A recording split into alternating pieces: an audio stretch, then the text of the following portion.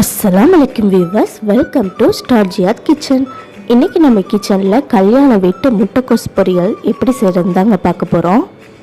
இந்த மாதிரி முட்டைக்கோஸ் பொரியல் நீங்கள் குழந்தைங்களுக்கு செஞ்சு கொடுத்தீங்கன்னா குழந்தைங்க வந்து சாப்பாடுக்கு சைடிஷாக எடுத்துக்க மாட்டாங்க, வெறுமனே இதை காலி பண்ணிடுவாங்க. அந்த அளவு டேஸ்ட்டாக இருக்கும்.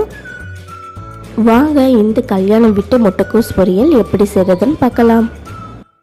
இந்த முட்டைக்கோஸ் பொரியல் செய்கிறதுக்கு ஒரு அரை மணி நேரத்துக்கு முன்னாடியே 50 கிராம் பாசிப்பருப்பை வந்து தண்ணியில் ஊற வச்சுருங்க. இப்போ ஒரு கடாய் எடுத்துக்கோங்க, அதில் 2 டீஸ்பூன் எண்ணெய் சேர்த்துக்கோங்க.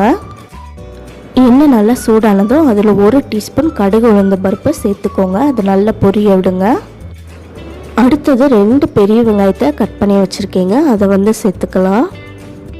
அதோட 2 பச்சை மிளகாயை கீறி வச்சுருக்கேன், கொஞ்சமாக கருவேப்பிலை இலைகளையும் சேர்த்துக்கிறேன். வெங்காயத்தை நல்ல கண்ணாடி போல் வதக்கி விட்டுருங்க. அடுத்ததாக நம்ம ஊற வச்ச 50 கிராம் பாசிப்பருப்பை வந்து சேர்த்துக்கலாம். இந்த பாசிப்பருப்பு ஊற வச்ச தண்ணி இருக்குல்லங்க, அதை வந்து ஒரு மீடியம் சைஸ் கிளாஸில் பாதி அளவு எடுத்து வச்சுக்கோங்க.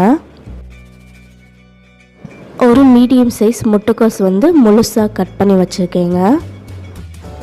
இந்த முட்டைக்கோசையும் கடாயில் சேர்த்துக்கலாம். நல்ல பொடி பொடியாக முட்டைக்கோஸை இந்த மாதிரி கட் பண்ணி சேர்த்துக்கோங்க. இப்போ இந்த பொரியலுக்கு தேவையான அளவு உப்பு சேர்த்துக்கலாம். அப்புறம் பாசிப்பருப்பு ஊற வச்ச தண்ணி பாதி டம்ளர் எடுத்து வச்சிருந்தோம்ல, அதையும் சேர்த்துக்கோங்க.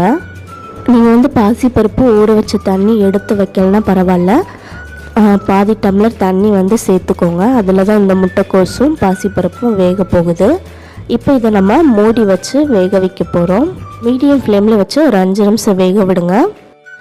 ஒரு சின்ன பீஸ் தேங்காய் எடுத்துக்கோங்க, அதை வந்து இந்த மாதிரி துருவி வச்சுக்கோங்க.